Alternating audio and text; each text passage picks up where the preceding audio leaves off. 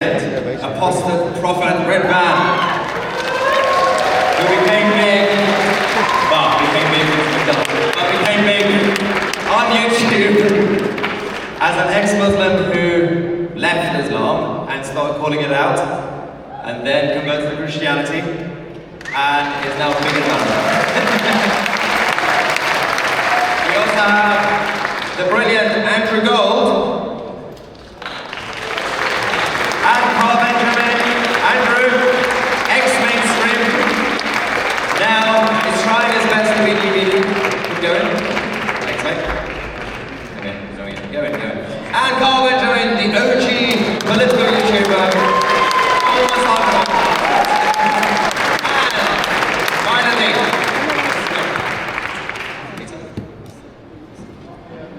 is he here? Peter Whittle, are you here? Peter Whittle, leading the brilliant new movement, the battle on the streets, in academia, and across cultural society to fight for our civilization. Peter Whittle, he's done politics, he's done media, and he's survived.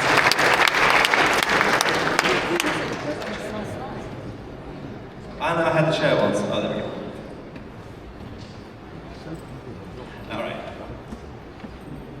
Hello guys. Yeah, I'll give it to you when I'm rant. I'm going to do a rant and I'm going to free speech! Actually, you can talk a lot about that because one of the main points of your platform was free speech and talking about controversial things. But actually the point is, free speech includes things saying that are wrong. Should we protect bad takes? How much should media be regulated? So the way I describe this topic is wrong as in, it could be politically incorrect, it could be inaccurate, it could be basically misinformation, it could be rude. So that's basically, there are different categories. Bad takes are basically opinions that are politically incorrect. But we will also want to tackle the misinformation part of it, which could sometimes be accidental, which we get punished for it massively, but the mainstream media don't. When they make a mistake, misinformation could also be intentional, could be propaganda, which they do repeatedly, and we get accused of doing it. So, start with Carl, and to be fair, might help to actually tell us about the beginning of your journey and what you went through, and how YouTube was for you, and what you thought you were influencing as well in society. I didn't really have a plan, and I didn't really know anything was coming of it when I first started uploading videos. And there wasn't the kind of hegemonic administrative apparatus that we see now from the States, or at least if it existed, it wasn't something that was very well engaged and didn't spend a lot of time monitoring what people actually did. But I have to say, I think the problem is that the question itself is a bit malformed, right? Because most people don't actually say things that are wrong. Most people are actually giving an interpretation of something that has happened. I think that's really where the power of the new media is most leveraged against the old media. Because the old media, if you actually look at what they report, they don't actually often directly lie, as in make up an untruth, something that didn't happen. It does happen occasionally. The BBC did this the other day, in fact. But the most powerful lie they tell is the lie by omission. And they capture the entire story in the frame, as in far-right protesters have a far-right conference saying far-right things such as maybe I should be allowed to say what I like on the internet. So the question implies that there would be a kind of righteousness to the correct administration of people's speech. If saying things that are purely factually correct was the only thing that was actually important, then actually an AI should be able to do that for us, right? We should just have an automated system of, is this factually correct or not? But that's not what the importance of free speech is. And I think that the primary thing to remember about free speech is that it's all about interpretation. It's all about saying what I feel is the case surrounding a set of facts. Because it's very rare that the set of facts itself is something that's actually in contest. And the thing is, most people are coming back to say what you think, say what you feel, and it was so enjoyable. So I'd love to talk into Katie. There was no one I wouldn't talk to, I think, and what I think about that. Well, one thing I'd say just about the mainstream media is we talk about them, and I think another thing I don't really like, we have this rhetoric of like those guys, as if they're some sort of tribe and different, and I suppose they are. But really it is an organisation, or lots of organisations made up of people. These are human beings who have been led through their experiences and their genes and whatever else to believe things that are a little bit different to how we believe things. And I think the only way we're going to convince them, this is my personal belief, is by speaking with them rationally. Now, things the mainstream media has that we don't in our kind of YouTube sphere, they have legal checks, for example. We can't afford to have lawyers look through all of our stuff every time, we can't do that. They also have duty of care. We would like to think we are implementing duty of care whenever we interview people. We try to do those things, but things will get lost through the cracks when you interview an interviewee and you didn't realise they had some sort of mental health issue or who knows what, and you let them down. So those kind of big media productions in the mainstream do have those things over us. At the same time, those very things have been their downfall, because if you work in a large establishment like that, with a hierarchy, which they do have, people will be afraid to speak up when they think something that their presenter, let's say Emily Maitlis says something on the BBC, well, some production assistant's not going to say anything to stop her. Or what about the trans situation? Well, we've got all these lawyers, we've got duty of care, why are we can't be honest about that. And I think if you take that to a large number of people in the mainstream over a large number of years, you end up with a totally biased, crazy to us system. But they don't see it that way, of course. So look, on our side, we have that negative, that we don't have those kinds of checks, and we do make mistakes. So that is a problem. At the same time, because we don't have those checks enforced, we are able to be a bit stronger, and with things like trans, with things like Islam, we're able to see something in the street and go, hang on, I don't recognise the language of a single person in the street I'm in the southwest of England. Well, I'm going to say that on my channel. Imagine if you, even if you were well-meaning and you worked at the BBC, thinking that, yeah, maybe tonight I'll just say that. You wouldn't be able to do it. I don't just mean you're policed by others. You might self-police yourself, and that's the difficulty. Does that answer the question? Yeah. Actually, Ridvan, you obviously the main reason that a lot of people know you of is your criticism of Islam and radical Islam and everything else.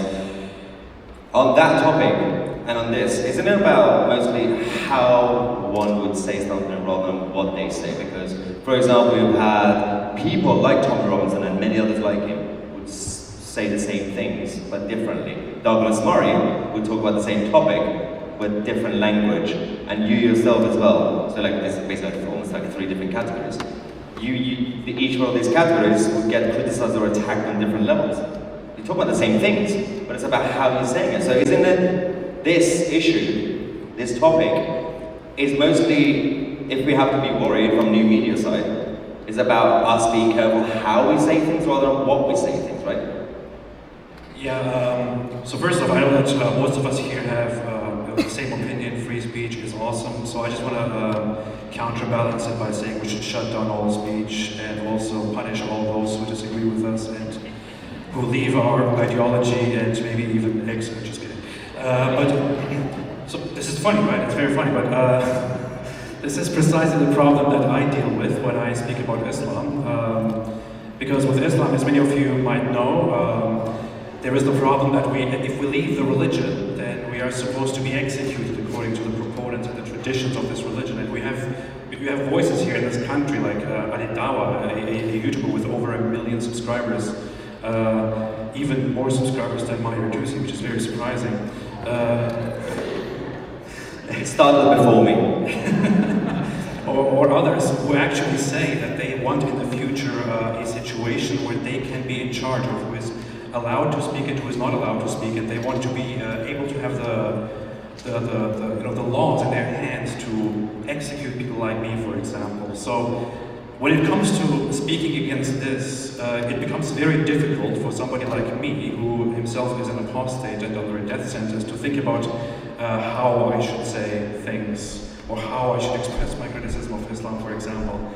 I get that in the UK, you guys are a little bit weird, no offense.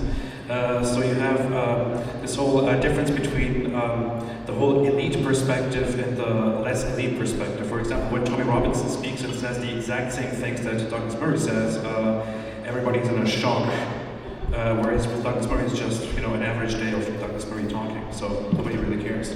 Nobody's offended. Nobody's really that offended. They do care, of course. Douglas Murray is awesome. Just want to say that. But I think we should not care at all about how some things are said. I think we should care about whether those things that are said are directly put people in danger or threaten them or not. Whether they are personally invasive or not. There are some things that might be considered a little bit crossing the line, such as directly threatening somebody or doxing somebody or defaming somebody over completely made up lies. Then there are other things, such as saying that Islam is a murderous religion that was founded by a rapist and a mass killer, mass murderer, and all these things. I'm just looking at. Can I just move a bit to the side?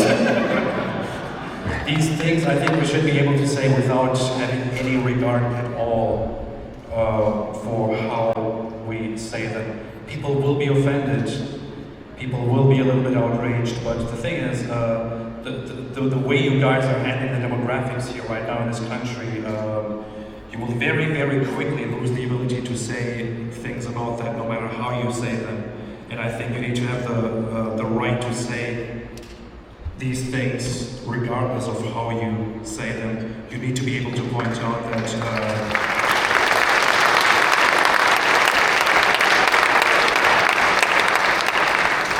you need to be able to point out that the massive influx of Islam, for example, and the influence that it has over this country and on its neighborhoods needs to be reduced. You need to be able to say that there should be a mass deportations. You need to be able to say that there should be a remigration. But some of these things that I'm saying right now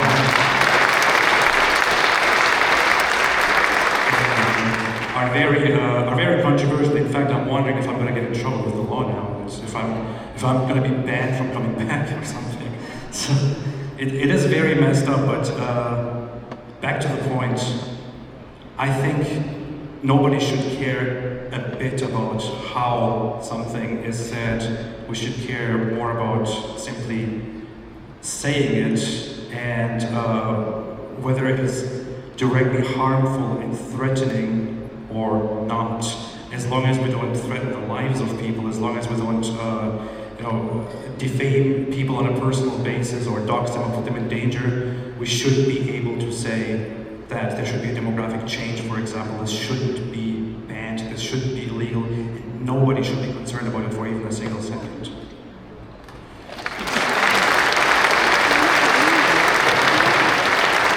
I feel like we're just going round and round in the last few years. The pro-free speech side, we just repeat the same thing to defend free speech, and the other side, we're not listening. I feel like we have to use a different tactic, because Ridwan mentioned a couple of things in terms of, like, we always say, obviously, if you incite violence, if you dox someone, like anything libelous, that's wrong, that's illegal. It's already illegal, you don't need any legislation. We've always said that. It's like the other side don't hear us, because what they hear us saying is that we want to say the N-word. Like, that's what they hear. And your experience, you've been in politics, you've dealt with the political side, politicians, you've dealt with the more academic side, conversations, cultural side, but also media. You do new media, like a lot of interviews and podcasts. How is it that the message is not getting to the establishment, whether you want to talk about parties in power, governments, but also just academia in general? It's like we feel like we're winning, but we're not, because yes, there are more of us that now agree with what we say. We need free speech, but we're not actually winning the argument, as Jeremy Cohen would say, because the other side are not listening. I don't believe everybody on the other side hates free speech. Some do, some want control, but there are some that think we are the baddies, that we have to be controlled. And so how do we get to that one? Yeah, I think, can you hear me, ladies and gentlemen? Yeah, closer. I think it's a very, very good point. I basically took the subject to be, should we defend really bad things that people say? And before we talk about what Miles just talked about, I would say, yes, that's the whole point of it. In common law, if you're as old as I am, do you remember it was free speech in this country was anything was allowed unless it directly incited murder or violence. Yeah. Right? Yeah. We have now moved to an extraordinary position where we now have this enormous sort of bank of hate law, right, which has introduced a hugely subjective element into the law. I don't know about you, ladies and gentlemen, but that should be completely scrapped. There should be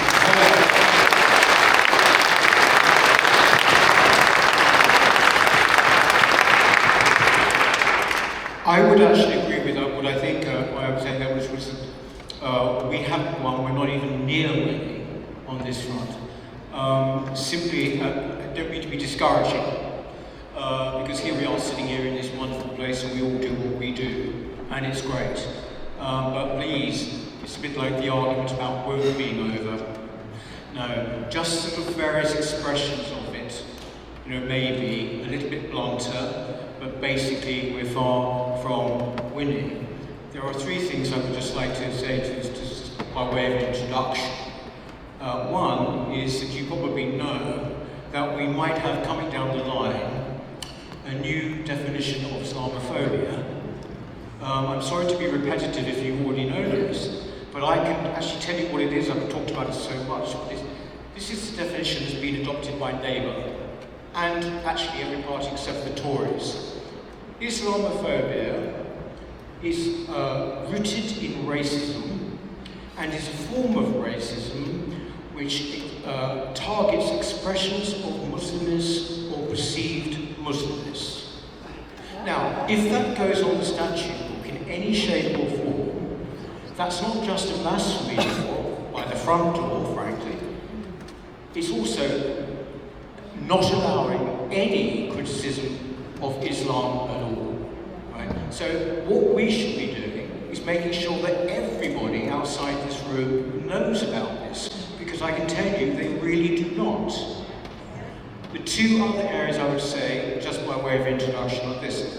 First of all, we have got to stop self-censoring. And I don't...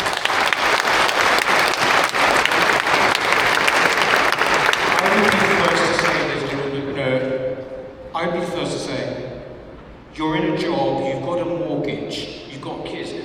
There comes a time when you think, actually, this is not the hill I'm going to die on, I won't say this or that. And I can understand that, but there's got to come a time, actually, where you actually do start to, as Shakespeare said, screw thy courage to the sticking place. I think that's got to happen, because frankly, all the conversation we have about free speech and censorship is sort of irrelevant if we've already kind of internalized it. And absolutely we have, and the general public has. So there's that. And the final thing we've got to do is to actually to fight extraordinary indifference to free speech amongst young people. Yes. That is a real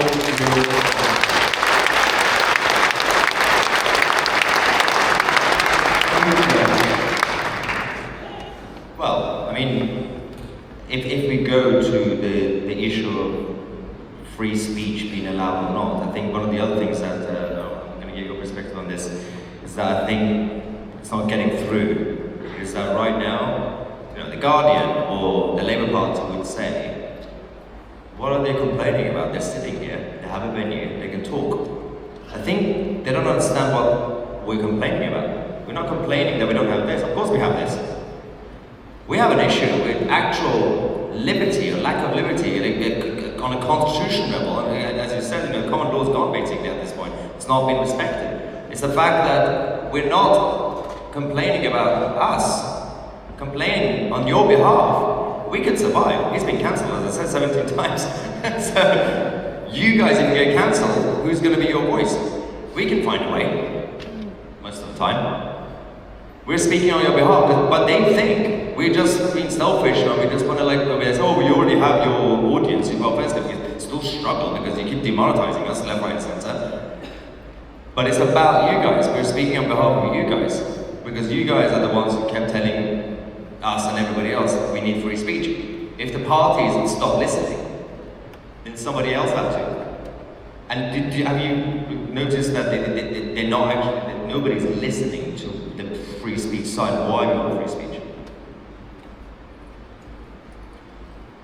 I think the first question I think was interesting about the leftists who would say, well, you've got this conference, so what's the problem? The problem is that we're perpetually living under a sort of Damocles, I don't know when I'm going to be taken off the internet. I wake up every day, I check my phone, see if my online presence is still there, see if I still have a job tomorrow.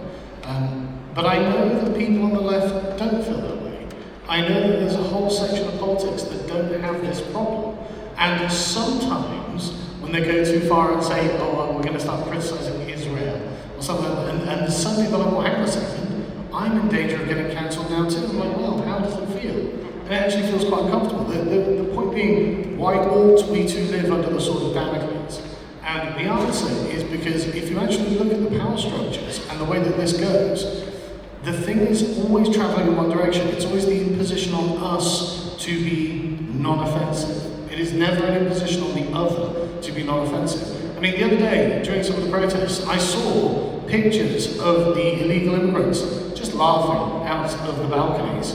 And in any other time, in any other place, a sensible country would have dragged them out to the street and beat them for their ungratefulness, for the indignity that they've visited on by their presence.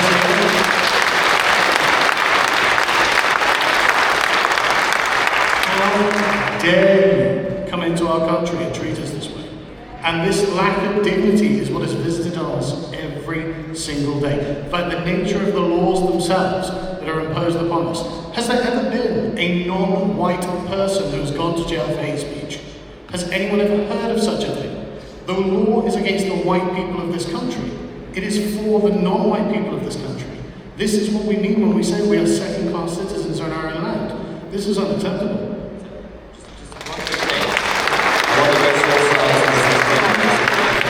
There's also this overreaction of very quickly, without any checks and balances from the establishment. So it's about cancellation in general. You saw COVID and lockdown. They just come up with something like, you can't do this anymore, you can't talk about this, just ban. The other point, because you mentioned like white people, it just reminded me for some reason, 2022, 2023, basically we created an atmosphere in the country, promoted by the government and the media. Any Russian should be cancelled. We had Russian people who owned a small local shop in like West London. We cancelled them. You're Russian? Cancelled. Some of the Russians who are here don't like Putin. And even if they do like Putin, they're here. Like, they just happen to be here and they do their own thing. If they're spies, then fine, go get them, I don't care. You can't just cancel people, but because they are white, and Russia's basically Western, you can do whatever you want. Now, if that were the case for, what we have it with the so-called Palestinians, who are mostly basically from Egypt and Jordan, you can't criticize them. Even if you have evidence that this person literally supports Hamas and lives in London, like, no, you're a stereotyping. That's the point. Yeah, so I mean, I got into this. I mean, I used to make documentaries. Some of you will know this. I made some for HBO, the BBC, and after some time, I was told that because I'm a white man, or considered a white man by them, I could no longer be the front of those documentaries, which was very painful to hear. And I do focus on that painful part because people, when it is a white person, I don't want to go into that victim thing, but you sort of, people forget sort of, we don't care kind of thing. But to be told by anyone, yes, we love your work, yes, we love the video, we'd love to make these documentaries with you, but because of your skin colour, you can't do this anymore. It's going to have to be somebody else from a minority background to be the face of it, and you'll have to be in the background. I had learned to speak 5 languages to be able to make these documentaries. I had done years and years of research looking into all kinds of weird and wonderful things that would have made for a great Louis Theroux kind of series from the BBC. They wanted it, they just didn't want my face to be on it. Now, that was particularly insane, but I think it speaks to what Carl's saying. It's very strange, and a lot of people say I'm not a white person, I'm a Jewish person. Whatever it is, I know I'm seen as a white person and treated that way here by most people, and for that reason, I wasn't allowed to be on screens. And that is, of course, a form of cancellation, a form of, obviously, racism. I mean, it was mad. And this was 6 or 7 years. Countless production companies, every single one, halfway through, would say, listen, there's something awkward we have to talk to you about now. By the end, I said, I know what it is already. And then they said, well, and it alludes to the fact that I was white. So that in itself is a huge problem. I think I'm trying to look at how this happens, that a culture begins to have politicians who clamp down on free speech and why this happens. And I think we're actually in a very rare age where we've had any free speech at all, and it's actually rare in the world to have the kind of free speech we had in the 1900s, I think. So it might be that humans just resort back to cancelling and to that kind of behaviour as soon as it's safe to do so. I don't know. I had this weird interview on LBC just a few weeks ago on Ian Dale's show, where I was talking with James Bloodworth and Alison Hume, a Labour politician, and they were asked about the grooming gangs, and they were told they both said there must be no equivocation. The police got it wrong. The police were dreadful. Oh my God, there should be no equivocation, because now that's what everybody says. The police were wrong. The police were wrong. They should have just arrested the grooming gangs, of course, and that's an obvious thing we all think. Now even the left is saying the police were wrong. Within 15 seconds, both of them were saying, we mustn't forget Andrew Tate's role in all of this, we mustn't forget the far right doing all of this. And I actually lost my temper, which I know I'm quite calm, well, apart from this morning, but I'm usually quite a calm guy. And I actually, and they cut me. They cut about 6 minutes of my rant on LBC without telling me they were doing it. So I was just yapping. And then when I got home later, I was like, guys, you gotta watch this. They were like, you were just cut. But I went on for ages about it, and I was just saying, do you realise what you've just done? What have you just said no equivocation, by the way, Andrew Tate and the far right. Now, by all means, have a go at Andrew Tate and the far right. I'm not his biggest defender. I have no idea about the allegations around him and all those things. Some people are probably big fans of him, some people are not. It has nothing to do with the grooming act. In fact, what I said to James Bloodworth was, again on radio, I don't remember if this had made the cut, I said, why do you think Andrew Tate converted to Islam? And I had to ask him that about 8 times. And every time he went, well, I don't know. I said, right, well, it might be because most of his fans are Muslims, because he appeals to those people. I mean, he's a psychopath. He doesn't care who he gets, So that is the kind of thing that you face. That's just one example, my example of what is going on. I don't know if that gives us proper answers to the question or not.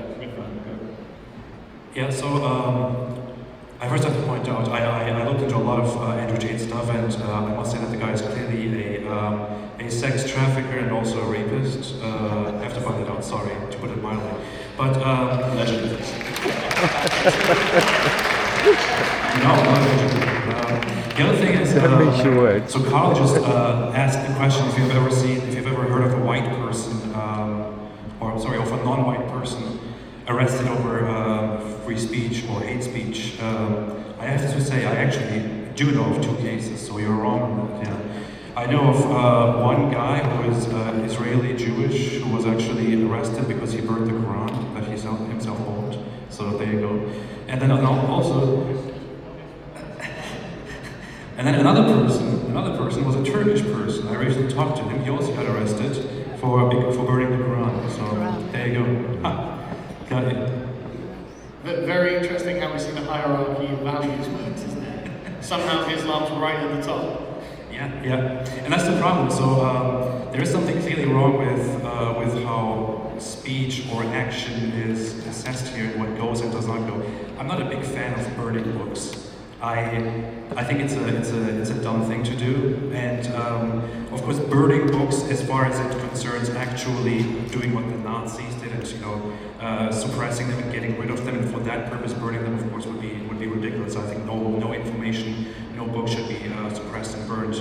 However, with the Quran, for example, this is specifically an act of protest against certain things that Islam does. We have people around the world who are lynched and beaten and locked up and killed because they are accused of having burned or ripped up the Quran. So in solidarity with those victims, some people do engage in ripping up the Quran or burning it. And recently, just months ago, we have actually lost a good friend of ours, Salwan Momika, who was at the forefront of doing these protests and who was brutally murdered in his home in Sweden. And they still have not found the killers, apparently. Stuff like that is deemed unacceptable because it offends people who are in this country who need to have their feelings protected. Muslims who like to complain about speech, who like to complain about offense. There's a very funny lore, if you will, with me. I had certain encounters with Muslim apologists who have said to me personally, publicly, who live here in the UK, in London, that I deserve to be executed, that in the future they will execute people like me and they will be proudly watching. I tried reporting them to the police to see what happens. The response that I got from the police and I have all the receipts and I put them out back in the day, was that they don't see any problem because it seems to be a passionate expression of their religious beliefs, part of a heated debate. On the other hand, I know of several people who, as I just mentioned, were locked up and fined for ripping up or burning the Quran. And also recently, a woman was in prison for simply saying something offensive about Islam. I know of other people who were imprisoned or who were fined or detained for offending Muslims and all that. So there is clearly a huge double standard going on here. And I guess what is and is not allowed is often determined by how loudly the victims of the hurting of feelings cry about it. And yeah, I forgot what your question was, honestly, but I don't care. I have no idea.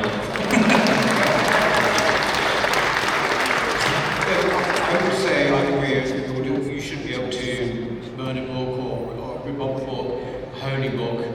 Of course you should. But in a way, I would suggest that is the kind of the more visible, obvious side of what is a really insidious situation we're in at the moment, where, for example, anything to do with Islam, which is a criticism, you will not find in any kind of official cultural outlet.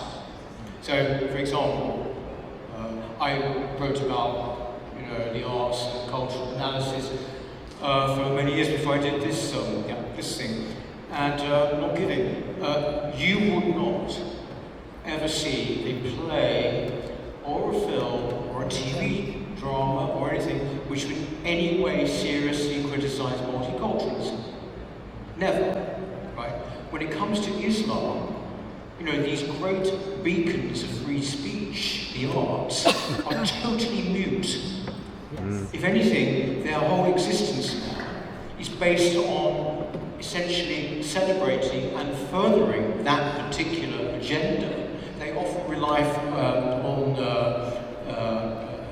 doing that for their money, for their funding. Right? We can't rely on any of these supposed institutions which once expressed our free speech, or which once expressed a kind of provocative or edgy attitude. None of it. It's up to us now.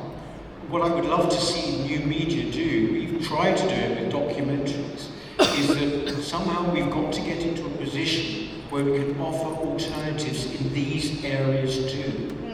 In America they can, the Daily Wire does a pretty good job of it, but they've got loads of money, far much more money than we've got here. But honestly, I would end this part by saying, this isn't just about, isn't it terrible that they can say that and we can't? I mean, does no one remember the satanic verses and what happened there? We really internalized, didn't we, the fear, right? Our own establishment made sure that we did. We are now living in a situation which is post that. It's almost like post-revolution. And we've got to resist what is suppression of what we believe. It's actually that serious. Yeah.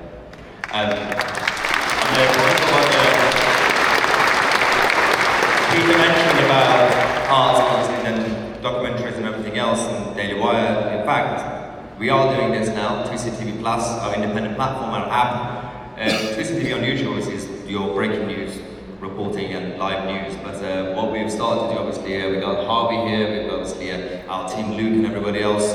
We have already started, I think we're on our 5th documentary, and obviously it's getting out there as well, but we are creating a new model, slightly different to Daily Wire, even wider and bigger, to focus on entertainment, to focus on obviously not just documentaries in that sense, but also arts and everything else, because I think we have to hit from all angles rather than just politics. We have time for 1 or 2 questions. If you keep it short, we might do more. Let's go that way. I have to finish in 2 minutes. Okay. So, should we protect our takers? I'll give you one example. You can tell us quickly, what do you think? This is a very well-known MP who was cancelled, ostracized, and expelled from his party because of his medical freedom position. well respected. Suddenly, we all were shocked to see him constantly posting things. For example, the starving child in Gaza, which everybody knows was a fake. He has been told in social media, personally, why are you not retracting? Why do you still keep it there? He doesn't respond to anyone. He's still Sorry to interrupt, but the question, please. The question, should we protect the takers because people like him is actually endangering others? There are people whose life have been lost on the streets. And I think, I don't need to say the name, but you can figure it out. He was in the high court because he felt he was defamed. If you cancel, they just continue anyway, they go underground. I'm going to tentatively answer yes to that. Next question, please. Yeah, anyone else? So I know that the new media doesn't have many trained journalists, which could be seen as a good thing.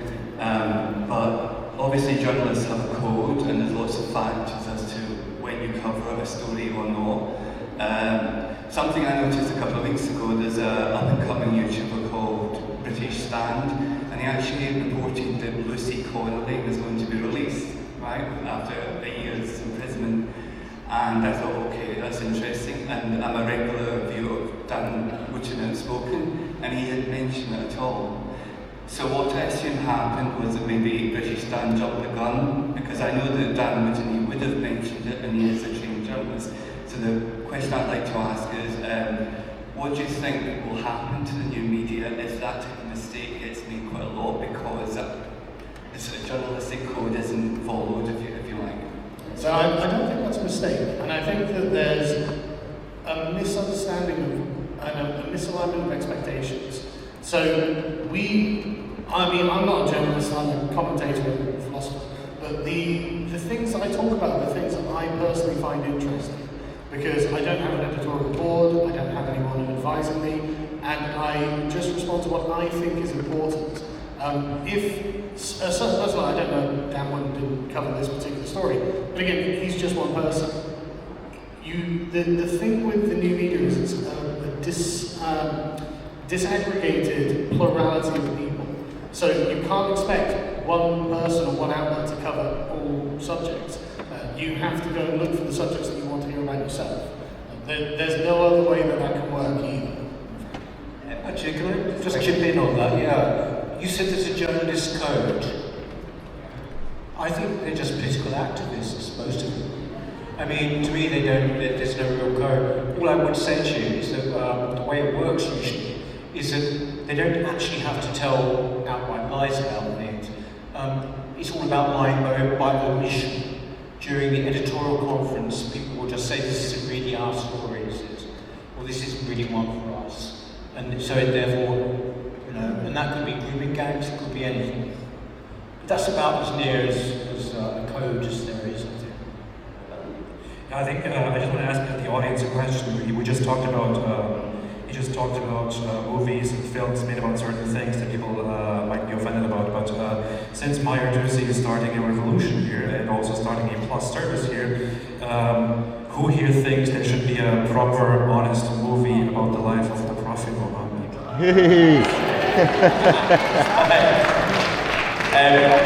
We're going to wrap this up, but to answer that question very shortly, the new media is based on free market competition. If British Stand on Tousi TV starts sending out actual false information a few times, the viewers will leave. It works.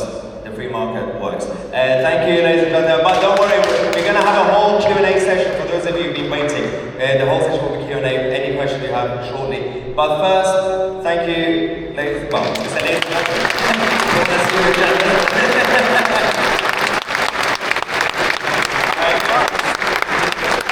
Now, on the issue of free speech, can free speech survive the Online Safety Act in the UK, and the same wave is now happening in Australia, Canada, and many other countries in the West?